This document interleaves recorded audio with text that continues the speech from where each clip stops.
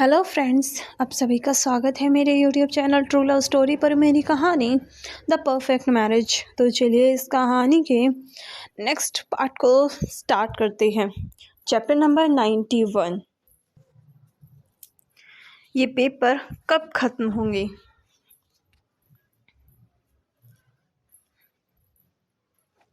रश्मि, रिया और संजीत तीनों पेपर देकर सीधा अपने कमरे में जाकर सो जाते हैं।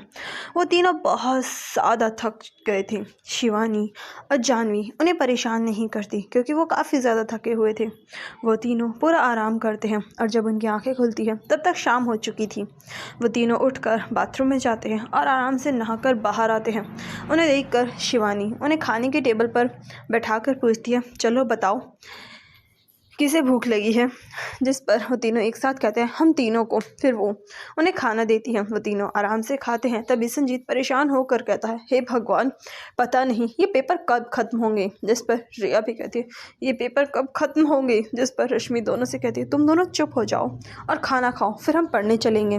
जिस पर वो दोनों ना चाहते हुए भी हाँ कहते हैं और फिर वो आराम से खाना खाते हैं। शिवानी उन्हें देख रही थी। तभी रश्मि को कुछ याद आता है और वो शिवानी से कहती है, मम्मी, त्रिशा आज देर से घर आएगी, उसे कुछ काम है। जिस पर शिवानी कहती है, ठीक है, क्या मैं उसके लिए खाना बना कर रख दूं। जिस पर रश्मि कहती है, ठीक है मम्मी, अगर वो आएगी तो मैं उसे गर्म करके दे दूंगी। जिस पर शिवानी मुस्कुरा कर कहती है, मुझे खुशी है, कम से कम अब तुम दोनों का रिश्ता ठीक हुआ, वरना मुझे तो लगा था कि मैं इतनी अच्छी बहू खो दूंगी। जो सुनकर रश्मि शर्मा जाती है और वो तीनों खाना खाते हैं। फिर वो अपने कमरे में चले जाते हैं और पढ़ने लगते हैं। अमिताभ और प्रभास आकर दोनों खाना खाते हैं। फिर जानवी और प्रभास वहाँ से चले जाते हैं। रिया यहाँ रुकती है। वहीं रश्मि अपने कमरे में पढ़ रही थी। खाना खाकर सभी सोने के लिए चले जाते हैं। रश्मि अपनी पढ़ाई में मग्न थी। वहीं संजीत और रिया भी पढ़ रहे थे। लेकिन 11 बजे वो दोनों सोने के लिए चले जाते हैं।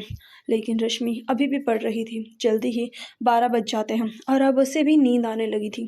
तभी उसे कार की आवाज़ आती है। वो समझ जाती है कि तृषा आ गई है, इसलिए वो कमरे से बाहर आकर देखती है। तृषा आ रही थी। जो देखकर रश्मि जल्दी से नीचे जाती है। तृषा चाबी रखकर जैसे ही अंदर आती है, उसकी नज़र बिल्कुल सीधी थी। तभी वो रश्मि को देखती है जो सीढ़ियों से नीचे आ रही थी और उसे देखकर वो उसके पास आकर पूछती है, तुम अभी सोई नहीं। जो सुनकर रश्मि कहती है, मैं पढ़ रही थी और अभी सोने ही वाली थी, लेकिन आपकी कार की आवाज़ सुनकर आ गई। जो सुनकर तृषा कहती है, ओह ऐसा क्या, ठीक है, तुम जाकर सो जाओ। जिस पर रश्मि पूछती है, क्या मैं आपके लिए खाना गर्म कर दूँ। आप गर्म गर्म खाना खा लीजिए। जो सुनकर रश्मि कहती है, ठीक है, मैं हाथ मुँह धोकर आती हूँ, तब तक तुम खाना गर्म करो। जो सुनकर रश्मि हाँ कहती है। वहीं तृषा वहाँ से चली जाती है। उसे ज़्यादा देखकर रश्मि कहती है, आज इनका बर्ताव थोड़ा अलग था, इनकी आंखें भी अलग थी, क्या हुआ है। फिर वो खाना गर्म करने लगती है। थोड़ी ही देर में तृषा आ जाती है और वो वहाँ चेयर पर बैठ जाती है। उसे देखकर रश्मि को उसकी आंखें अलग लगती हैं। वो उसे ध्यान से देखने लगती है। वहीं तृषा ये सब नोटिस कर लेती है, इसलिए वो रश्मि से पूछती है, क्या हुआ, क्या बात है, तुम मुझे बहुत कुछ ज़्यादा ही ध्यान से देख रही हो, क्या कुछ बात है। जिस पर रश्मि अपने होश में आकर हिचकिचाते हुए कुछ पूछने लगती है। वहीं रश्मि को ऐसे देखकर तृषा कहती है, क्या तुम अभी भी मुझसे कुछ कहने से हिचकिचाती हो, क्या तुम्हें मुझ पर अब यकीन नहीं। जिस पर रश्मि कहती है, नहीं ऐसा नहीं है, वो आज आप कुछ थोड़ी अलग लग रही हो, आपकी आंखें भी अलग लग रही हैं। जो सुनकर तृषा कहती है, वो आज मैंने थोड़ी सी शराब पी है, लेकिन इस बारे में मम्मी को कुछ मत बताना, ठीक है, मैंने बस तुम्हें बताया है। जो सुनकर रश्मि चौंक कर पूछती है, क्या सच में आपने शराब पी है। जिस पर तृषा कहती है, हाँ, और कहाँ, मैंने आज पहली बार पी है, मैं तो अक्सर पी कर आती हूँ, बस तुम्हें पता ही नहीं चलता, वो मैं कम पीती हूँ, इस लेकिन आज कुछ ज़्यादा ही हो गई, इसलिए पता चल गया। जिस पर रश्मि पूछती है, आप कब पीती हो। जिस पर ऋषा कहती है, हफ्ते में 3 बार। जो सुनकर रश्मि को यकीन नहीं होता और वो उससे पूछती है, और आप हर बार ऐसे ही पी कर आती हो, लेकिन कभी तक पता क्यों नहीं चला, आप ऐसे कैसे कर सकती हो, आपको पता है शराब अच्छी चीज़ नहीं है, इससे आपकी तबीयत खराब हो सकती है, इसलिए आप प्लीज़ पीना छोड़ दीजिए। जो सुनकर तृषा कहती है, रश्मि मैं खुद नहीं पीती, वो मेरे जितने भी दोस्त हैं मुझे पिला देते हैं और मुझे ना चाहते हुए भी पीनी पड़ती है। लेकिन अब मैं कोशिश करूँगी कि शराब से दूर रहूँ। जिस पर रश्मि कहती है, आप पक्का ऐसा करोगे? जिस पर तृषा हाँ कहती है। फिर वो आराम से खाना खाती है। रश्मि उससे पूछती है कि आपको कुछ और चाहिए? जिस पर तृषा ना कहती है और खाना खाकर वो थोड़ी देर आराम से चेयर पर बैठ जाती है। वहीं रश्मि सबको साफ करके आती है और तृषा को देख कर कहती है, चलिए यार अब आराम कर लीजिए, सुबह से काम कर रही हूँ। इस पर तृषा हाँ कहती है और दोनों अपने कमरे में चले जाते हैं।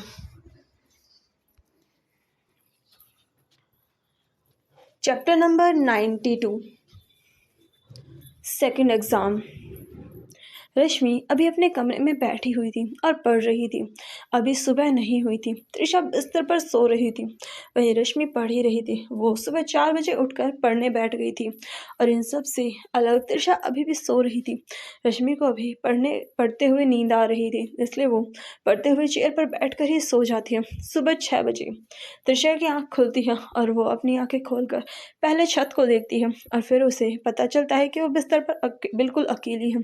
और ये देखकर तृषा इधर उधर देखती है। तभी उसकी नज़र स्टडी टेबल पर जाती है, जहाँ रश्मि आराम से सर रख कर सो रही थी, जो देखकर तृषा उठकर बैठ जाती है और उसे ध्यान से देखने लगती है। उसे याद है कि रश्मि उसके पास बैठी हुई थी, लेकिन अभी उसे ऐसे कुर्सी पर देखकर वो उठकर उसके पास जाती है और वो उसे अपनी गोद में उठाकर बिस्तर पर लेटा देती है। तृषा रश्मि को अच्छे से बिस्तर पर लेटाकर फिर वो वापस चेयर पर जाती है, जहाँ वो देखती है कि रश्मि कुछ सवाल निकाल रही थी, लेकिन उससे नहीं हो रहा था और बार बार गलती कर रही थी, जो देखकर तृषा उस सवाल को खुद निकाल कर फिर वो वापस सभी सामान उनकी जगह पर रखकर खुद बाथरूम में चली जाती है और खुद फ्रेश होकर नहाकर तैयार होकर बाहर आती है। रश्मि अभी भी सो रही थी। उसे ऐसे देखकर तृषा उसे नहीं उठाती और उसके पास जाकर उसके माथे पर किस करती है और फिर वो खुद अच्छे से तैयार होकर नीचे चली जाती है, जहाँ शिवानी जी नाश्ता लगा रही थी। वो जाकर चेयर पर बैठ जाती है। उसे देखकर शिवानी जी पूछती है, कल कितने बजे आई? जिस पर तृषा उन्हें देखकर कहती है, रात को 12 बजे आई। हाँ मुझे पता है लेट है, लेकिन मैं क्या करूँ, काम आ गया था। जो सुनकर शिवानी जी खाना डालकर बड़े ही आराम से कहती है, हाँ मुझे पता है, लेकिन फिर भी तुम्हें रश्मि के बारे में सोचना चाहिए। उसे तुम्हारी चिंता होती होगी, तुम ऐसा क्यों करती हो? बेटा पहले अलग बात थी, लेकिन अब अलग है। जिस पर तृषा गहरी सांस लेकर कहती है, मम्मी मैं सब समझती हूँ, आप चिंता मत कीजिए, सब ठीक है। मैंने रश्मि को इसलिए पहले ही बता दिया था कि मैं लेट हो जाऊँगी। मैंने उससे नहीं कहा कि वो मेरा इंतज़ार करे। जिस पर रश्मि कहती है, उसे तुम्हारी चिंता है, इसलिए वो तुम्हारा इंतज़ार करती है। जिस पर तृषा गहरी सांस लेकर कहती है, अच्छा ठीक है, मैं आगे से ध्यान रखूँगी। जो सुनकर शिवानी जी कहती है, और यही तुम्हारे लिए अच्छा होगा। वैसे कहाँ है मेरी बहू? जिस पर तृषा कहती है, आराम कर रही है, रात को पढ़ रही थी। जो सुनकर शिवानी जी चिंता करते हुए कहती हैं, ये बच्ची भी ना कहीं अपनी इस पढ़ाई के चक्कर में अपनी तबीयत ना ख़राब कर ले, मुझे इसकी चिंता होती है। जिस पर तृषा नाश्ता करते हुए कहती है, आप चिंता मत कीजिए, वो ठीक है, मैंने उसे सुला दिया था। जिस पर शिवानी कुछ नहीं कहती। फिर वो संजीत और रिया को भी ना देख कर कहती है, लगता है ये दोनों भी रात को पढ़ रहे थे। जिस पर तृषा कहती है, हाँ शायद। फिर वो अपने नाश्ते को ख़त्म करके आराम से उठकर अपने कोट को सही कर कर कहती है, मम्मी मैं आती हूँ, ठीक है। इस पर शिवानी उसके माथे को चूम कर कहती है, ठीक है, और अपना ध्यान रखना, और हाँ घर समय पर आ जाना। जो सुनकर तृषा हाँ कहकर वहाँ से चली जाती है। वहीं उसके जाने के बाद वहाँ अमिताभ और प्रभास भी आ जाते हैं। वो दोनों भी नाश्ता करते हैं और फिर वहाँ से चले जाते हैं। वहीं दूसरी तरफ 10 बजे रश्मि की आँख खुलती है। उसे लगा था कि वो पढ़ रही होगी, लेकिन खुद को ऐसे बिस्तर पर सोता देखकर वो खुद से कहती, क्या मैं पढ़ते हुए सो गई? अगर ऐसा है तो तृषा ने मुझे जगाया क्यों नहीं? फिर वो समय देखती है, जो देखकर वो चौंक जाती है और वो जल्दी से फ्रेश होकर नहाकर और अच्छे से तैयार होकर नीचे आती है। जब शिवानी जी कुछ काम कर रही थी, तभी रिया और संजीत भी आते हैं। उन्हें देखकर भी लग रहा था जैसे वो भी अभी उठे हों। उन तीनों को देखकर शिवानी मुस्कुरा कर कहती है, क्या तुम तीनों को भूख लगी है? जिस पर रश्मि जाकर उन्हें पीछे से उनके पैर छूती है और फिर वो तीनों बैठकर नाश्ता करते हैं। नाश्ता करते हुए रश्मि पूछती है, मम्मी तृषा कहाँ है? क्या वो चली गई? जिस पर शिवानी कहती है, हाँ वो सुबह ही चली गई। जिस पर रश्मि को देखकर कहते हैं, और हाँ, उसने मुझे बताया कि तुम रात को देर तक पढ़ रही थी, इसलिए तुम टेबल पर ही सो गई। ऐसा मत किया करो, ये तुम्हारी हालत के लिए ठीक नहीं। तुम बीमार हो जाओगी और तुम्हारी गर्दन में भी दर्द हो जाएगा। जो सुनकर रश्मि कहती है, ठीक है मम्मी, मैं आगे से ध्यान रखूँगी। जिस पर शिवानी मुस्कुरा कर कहती है, मेरे अच्छे बच्चे।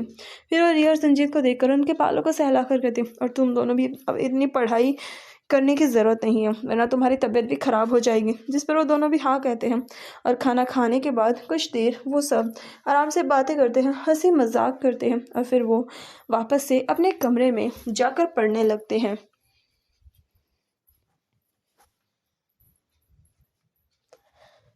चैप्टर नंबर 93, थोड़ा आराम करो। रश्मि रसोई में शिवानी जी की मदद कर रही थी। वहीं रिया और संजीत दोनों पढ़ रहे थे। शिवानी जी रश्मि को मना करते हुए कहते हैं, रश्मि बेटा, तुम इतना ज़्यादा पढ़ती हो, थोड़ा आराम किया करो, ठीक है।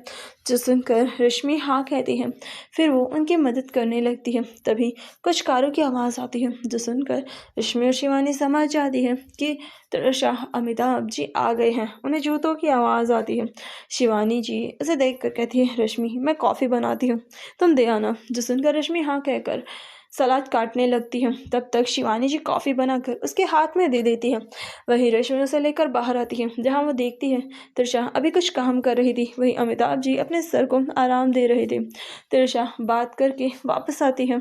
तब तक रश्मि कॉफ़ी लाकर रख देती है और वो तृषा को घूरने लगती है। तृषा बिना देखे ही कहती है, अब मैंने क्या कर दिया, आज तो मैं आई भी समय पर हूँ, फिर क्या हुआ। जिस पर रश्मि उसके हाथ से फ़ोन लेकर कहती है, थोड़ा आराम भी कर लिया करो। जो सुनकर तृषा मुस्कुरा कर उसे देखती है। वहीं रश्मि उससे अपनी नज़र हटा लेती है। तृषा कॉफ़ी पीकर अपने कमरे में आकर चली जाती है। वहीं अमिताभ जी भी रश्मि खाना टेबल पर लगा देती है। फिर वो सभी को आवाज़ लगाती है। थोड़ी ही देर में सभी लोग आ जाते हैं।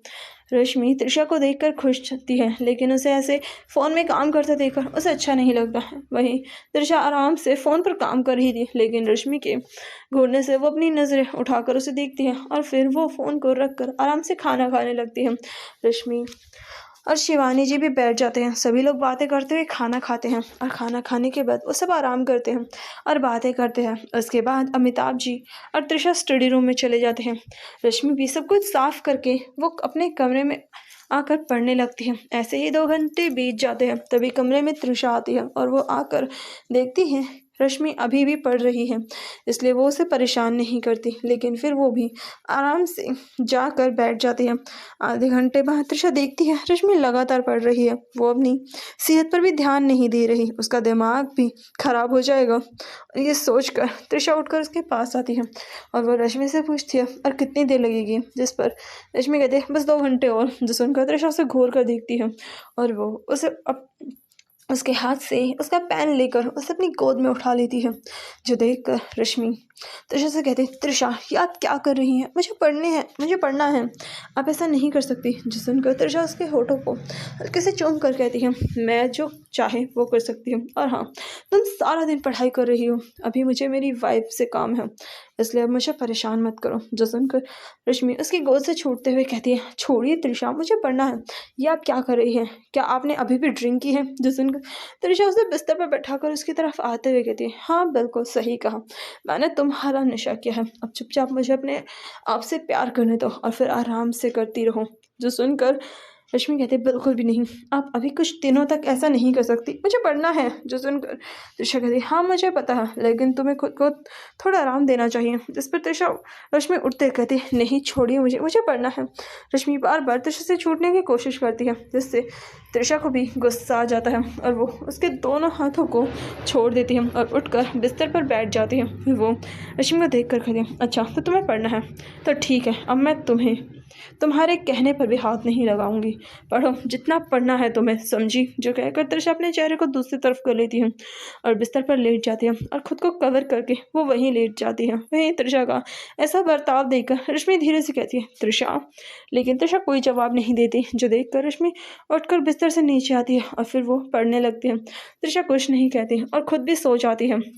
सुबह सुबह रश्मि की आंखें शोर शराबे से खुलती है। वो इधर उधर देखती है तो तब उसे पता चलता है कि तृषा जा चुकी है। जो देखकर रश्मि को उन दोनों की रात की लड़ाई याद आती है। उसे बिल्कुल भी अच्छा नहीं लगता, इसलिए रश्मि जल्दी से उठकर नहाने के लिए चली जाती है। 20 मिनट बाद वो बाहर आती है, फिर तैयार होकर नीचे आती है जहाँ तृषा नाश्ता कर रही थी। रश्मि सबको गुड मॉर्निंग कहती है और वो जब तृषा को कहती है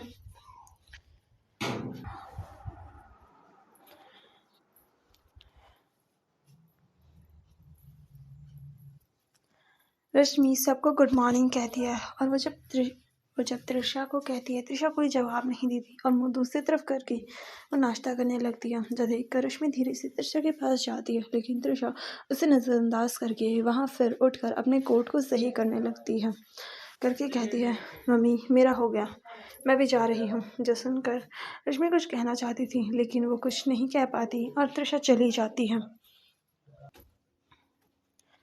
चैप्टर नंबर 94, तृषा की नाराज़गी। रश्मि और तृषा की लड़ाई हो जाती है, जहाँ रश्मि आराम नहीं करती और कुछ ज़्यादा ही पढ़ाई करती है।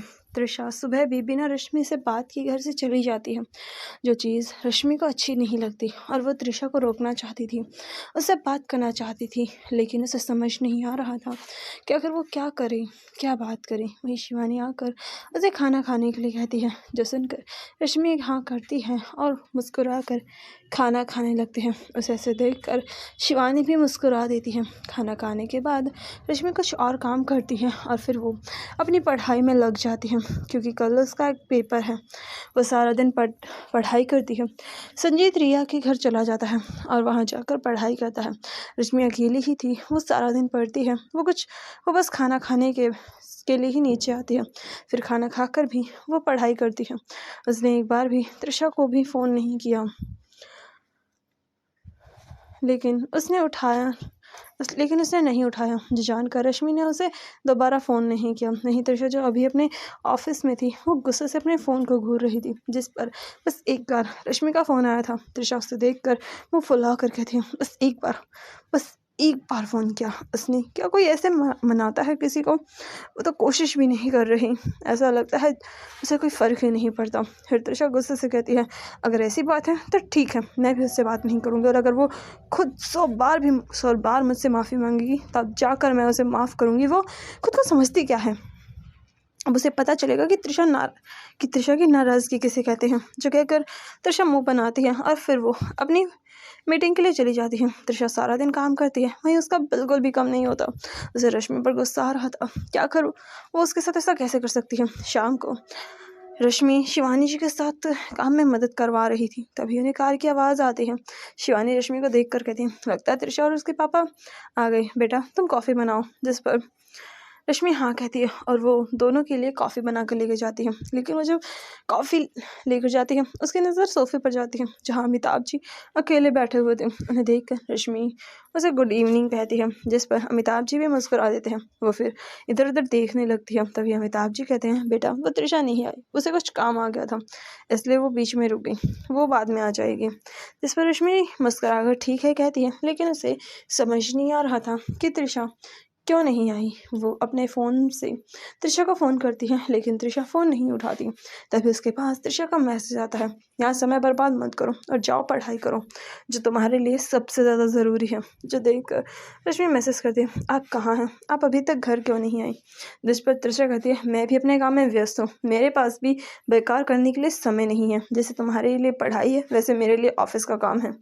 तो सुनकर रश्मि को गुस्सा आता है और वो गुस्से से कहती है, ठीक है तो रही अपने काम के बस, और दोबारा मेरे पास आने की कोशिश भी मत कीजिए। जिस पर तृषा कहती है, मैं खुद तुम्हारे पास नहीं आ रही और तुम ज़्यादा चिंता मत करो। जो देखकर रश्मि को गुस्सा आता है और वो फ़ोन रख देती है। वहीं तृषा जो अभी कार में बैठी हुई थी, वो फिर कुछ देर सोचकर अपनी कार चलाने लगती है और थोड़ी ही देर में वो घर के सामने रुकती है। ये खाने का समय हो गया था। तृषा अंदर आती है, जहाँ शिवानी जी उसे देख कर पूछती है, कहाँ रह गई थी तुम। जिस पर तृषा कहती है, मैं कुछ काम के लिए रुक गई थी। जिस पर शिवानी जी कहती है, अच्छा ठीक है आप जाओ और फ्रेश हो जाओ। जो सुनकर तृषा अपने कमरे में चली जाती है, जहाँ रश्मि भी थी। रश्मि जैसे ही दरवाजे से अंदर आते हुए तृषा को देखती है, वो अपनी कमर पर हाथ रखकर उसका रास्ता रोक लेती है। रोक कर कहती है, कहाँ थी आप और ये सब क्या है, आपने मुझे एक बार भी फ़ोन क्यों नहीं किया, और क्या कहा था कि आप खुद मेरे कभी पास नहीं आएंगी। जो सुनकर तृषा उसकी तरफ नहीं देखती और वो उसे नज़रअंदाज करके फ्रेश होने के लिए चली जाती है। त्रिशा का ऐसा करता देख रश्मि को बिल्कुल अच्छा नहीं लगता और वो अपने पैरों को पटक कर वहाँ से चली जाती है। वहीं अंदर बाथरूम में त्रिशा के चेहरे पर एक मुस्कान थी और वो मन में कहते तुमने मुझे बहुत तड़पाया है, अब तुम्हारी बारी, जो कहकर वो खुश हो जाती है और फिर वो फ्रेश होकर नीचे आती है जहाँ सभी लोग खाना खा रहे थे। त्रिशा की प्लेट में खाना डालती है और त्रिशा उस प्लेट को अपने पिता को दे देती है। वहीं अमिताभ खाना खाने लगते हैं। रश्मि गुस्से से त्रिशा को देखती है लेकिन त्रिशा चुपचाप खाना खाने लगती है। उसे ऐसे देखकर रश्मि गुस्से से खाना खाने लगती है। वहीं खाना खाने के बाद रश्मि अपने कमरे में त्रिशा का इंतज़ार करती है लेकिन त्रिशा नहीं आती। वो अपने काम के लिए अमिताभ जी के पास थी। वहीं रश्मि पढ़ने लगती है क्योंकि वो भी ऐसे ज़्यादा देर त्रिशा का इंतज़ार नहीं कर सकती थी।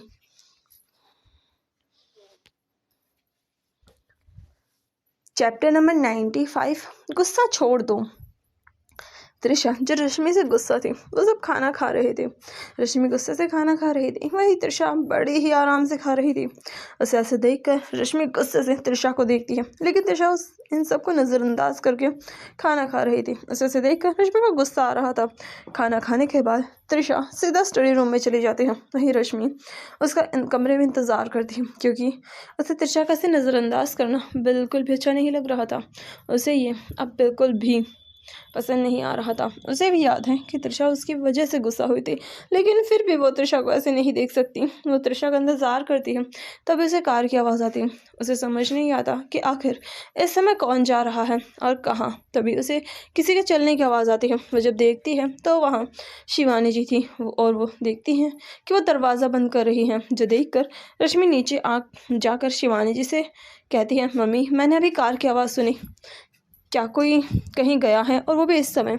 इस पर शिवानी जी कहती है वो त्रिशा और उसके पापा गए हैं, अचानक ऑफिस में कुछ परेशानी आ गई इसलिए दोनों को जाना पड़ा। फिर रश्मि के सर पर हाथ फिरा कर कहती है बेटा तुम आराम करो, वो दोनों जल्दी ही वापस आ जाएंगे। जो सुनकर रश्मि कुछ नहीं कहती। वो अपने मन में कहती है त्रिशा मुझसे इतना ज़्यादा गुस्सा है कि वो मुझे कुछ भी बता कर नहीं गई और ऐसे ही चली गई। जो सोचकर रश्मि की आंखें भर आती हैं और वो ऐसे ही दुखी होकर कमरे में चली जाती है। तभी इसके फ़ोन की लाइट जलती है। जब वो देखती है जहाँ त्रिशा का मैसेज था और लिखा हुआ था ऑफिस में ज़रूरी काम है इसलिए जा रही हूँ। जो देखकर रश्मि को थोड़ा अच्छा लगता है लेकिन उसे इस बात पर गुस्सा आता है कि मैसेज भेज सकती है लेकिन बात नहीं कर सकती। और वो ये सब सोचकर आज पढ़ने की बजाय गुस्से से बिस्तर पर जाकर लेट जाती है, जिसे थोड़ी ही देर में उसे नींद आ जाती है और वह सो जाती है।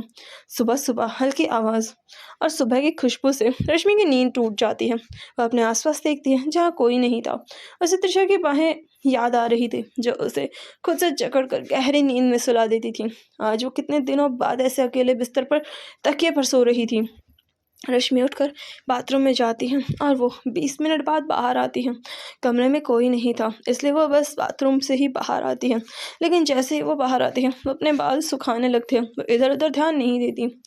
वो जब बाल सुखा रही थी अचानक उसकी नज़र सोफे पर चली जाती है जहाँ त्रिशा बैठी हुई थी और अपना फ़ोन चला रही थी। त्रिशा का पूरा ध्यान फ़ोन पर था, जो देखकर रश्मि पहले चौंक जाती है और फिर शर्मा जाती है और उसके बाद गुस्सा, क्योंकि त्रिशा तो उसे देख ही नहीं रही थी। खुद को ऐसे इग्नोर होता देखकर रश्मि और नहीं देखना चाहती थी, इसलिए वो बिना कुछ सोचे समझे त्रिशा के पास जाती है और अपने बालों के पानी को उसके ऊपर कर देती है। त्रिशा इससे पूरी तरह इसे उसकी तरफ देखती है जहाँ पानी की बूंदें और उस सफ़ेद बाथरूम में रश्मि बहुत क्यूट और स्वीट लग रही थी।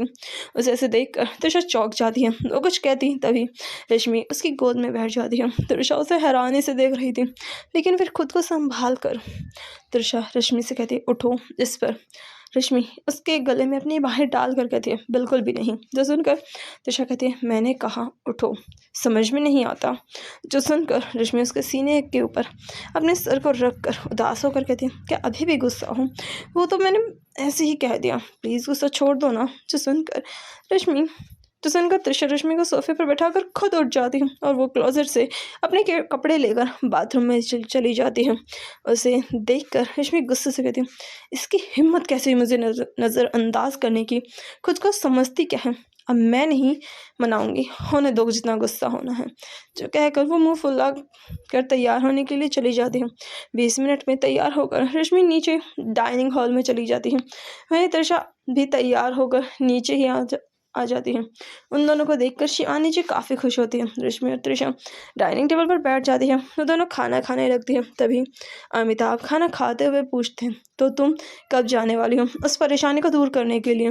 जिस पर त्रिशा कहती है, आज शाम को। जो सुनकर रश्मि खाना खाना रोक जाती है और वो त्रिशा को देखती है जो आराम से खाना खा रही थी। लेकिन रश्मि की भूख मर जाती है। उसे याद आता है पहले भी त्रिशा ऐसे ही चली गई थी। वो काफ़ी ज़्यादा दुखी थी कि कहीं इस बार के झगड़े के बाद भी अगर त्रिशा लंबे समय तक नहीं आई तो क्या हो करेगी। वो त्रिशा को देखती है।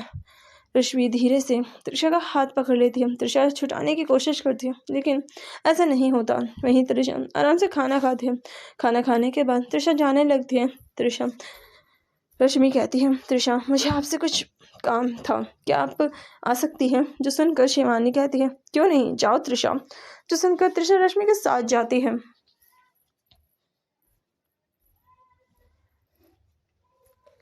Chapter number 96। क्या तुम बहुत ज़्यादा गुस्सा हो? त्रिशा और रश्मि अभी कमरे में थे। रश्मि त्रिशा को देख रही थी। वो वहाँ आराम से बैठी हुई थी और रश्मि के बोलने का इंतज़ार कर रही थी। रश्मि की आंखें भर आई थी और वह त्रिशा के पास जाकर उसके गोद में बैठ जाती है, जिससे त्रिशा चौंक जाती है और वो कुछ कहती या करती। रश्मि उसके चेहरे को ऊपर उठाकर उसके होठों पर अपने होठ रखकर उसे किस करने लगती है। त्रिशा हैरानी से सब देख रही थी। रश्मि उसे किस करने के बाद किस तोड़ देती है। वहीं त्रिशा उसे ही देख रही थी। उसने अपनी आंखें बंद नहीं की थी। रश्मि के आंसू त्रिशा के चेहरे पर गिरते हैं और वो उनकी उस भरी हुई आंखों में देखती है जिससे उसे अभी तकलीफ होती है। रश्मि रोते हुए कहती है, क्या तुम बहुत ज़्यादा गुस्सा हो?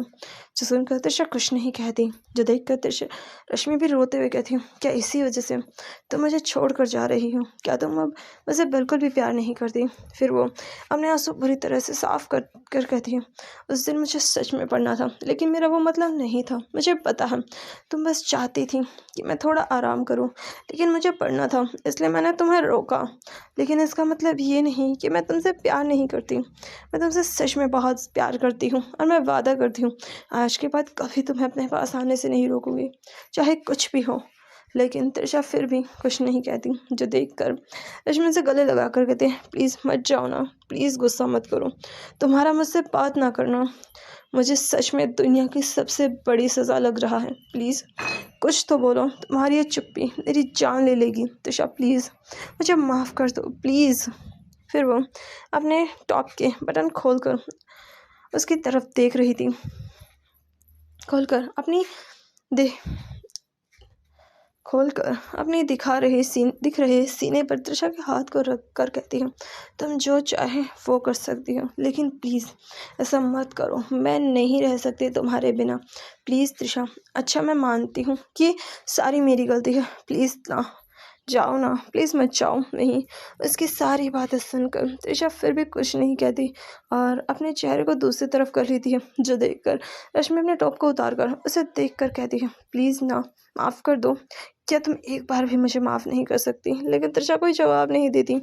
जो देखकर रश्मि और भी ज़्यादा रोने लगती है। वही त्रिशा अब उसे और ऐसे नहीं देख सकती थी, इसलिए उसे कसकर गले लगा लेती है। रश्मि फूट फूट कर रो रही थी। त्रिशा धीरे से कहती है, श्श, चुप हो जाओ।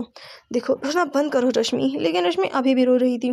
जो देखकर त्रिशा गहरी सांस लेती है और उसकी पीठ को सहलाने लगती है। लेकिन रश्मि अभी भी चुप नहीं हो रही थी, इसलिए उसके चेहरे को अपने हाथों में भरकर उसके होठों पर किस करने लगती है, जिससे रश्मि का रोना अचानक रुक जाता है। त्रिशा उसे बड़े ही प्यार से किस कर रही थी। वो उसे शांत करती है और फिर किस ब्रेक करती है और उसके आंसू साफ करती है। रश्मि उसे अभी भी देख रही थी और उससे पूछती है, क्या तुम अभी भी गुस्सा हो? जिस पर त्रिशा हल्की सी मुस्कान देकर कहती है, बिल्कुल भी नहीं। फिर वो उसके आंसू साफ करती हुई कहती है, और अब तुम भी रोना बंद करो। मुझे लगा था कि सब ऐसे ही चलेगा, लेकिन मुझे नहीं पता था कि मेरे बिजनेस ट्रिप पर जाने के बाद से तुम इतना ज़्यादा दुखी हो जाओगी। जो सुनकर रश्मि सुबकते कहते हैं, मुझे पता है आप बिजनेस ट्रिप पर कहाँ जाओगी और फिर 3-4 महीने तक वापस आओगी ताकि आप मुझे सबक सिखा सको। जो सुनकर त्रिशा कहती है, वैसे ही तो तुमने बिल्कुल सही कहा, लेकिन इस बार मेरा प्लान 3-4 महीने का नहीं बल्कि तुम्हारे एग्ज़ाम एग्ज़ाम्स तक था ताकि तुम आराम से अपनी पढ़ाई कर सको। जो सुनकर रश्मि उसके सीने पर अपने सर को रख कर कहती है, मुझे आपके बिना नहीं रहना, इसलिए आप भी मेरे साथ ही रहिए, सब देखा जाएगा, मैं खुद पढ़ाई कर लूँगी। जो सुनकर त्रिशा के चेहरे पर एक प्यारी सी मुस्कान आ जाती है और वो रश्मि के बालों को सहला कर कहती है, चिंता मत करो, मैं जल्द ही वापस आ जाऊँगी। और हाँ, ये सब कोई बड़ी बात नहीं है, तुम बस अपनी पढ़ाई पर ध्यान दो, बाकी सब मैं देख लूँगी, ठीक है। जो सुनकर रश्मि कुछ कहती तभी त्रिशा कहती, कहा ना चिंता मत करो, मैं आ जाऊँगी और मेरा वहाँ जाना भी ज़रूरी है। इस पर रश्मि कुछ नहीं कहती। फिर त्रिशा उसे देखती है और उसे ऐसे बिना टॉप के देखकर त्रिशा के चेहरे पर शरारती स्माइल आ जाती है और वो रश्मि के पेट पर धीरे धीरे हाथ फिराते हुए कहते हैं, वैसे एक बात बताओ, तुम्हें किसने बताया कि ऐसे टॉप निकालने से मैं मान जाऊंगी। जिस पर रश्मि शर्मा जाती है और वो अपनी नज़रें झुका लेती है और वो कुछ नहीं बोल पाती, जो देखकर त्रिशा स्माइल करने लगती है और वो उसके कान के पास जाकर कहती है, वैसे अगर तुम चाहो तो मैं जाने से पहले एक बार तुम्हें तुम्हारा इनाम दे सकती हूँ। जो सुनकर रश्मि शर्मा जाती है और अपने चेहरे को उसके कंधे में छुपा कर कहती है, अब सच में बहुत बेशर्म हूँ। इस पर त्रिशा कहती है, क्या सच में? लेकिन मुझे यहाँ तुम सेड्यूस कर रही हो, भला मैं कैसे बेशर्म हुई, ज़रा बताओगी? जो सुनकर रश्मि कुछ नहीं कह पाती।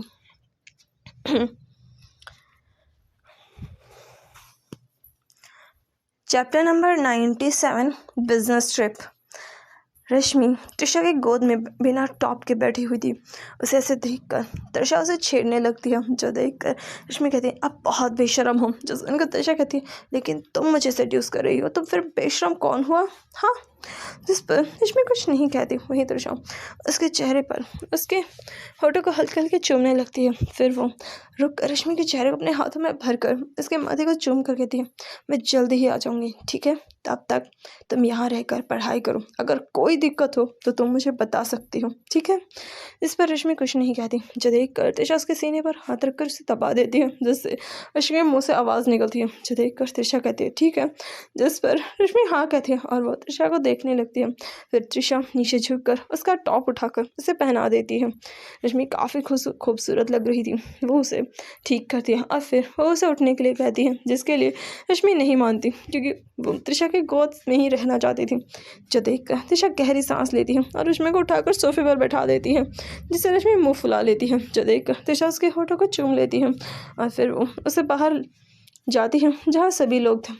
अमिताभ कार लेकर जा चुके थे। त्रिशा रश्मि को देख कर कहती, रश्मि मेरे कपड़े रख देना, ठीक है। जिस पर रश्मि हाँ कहती है।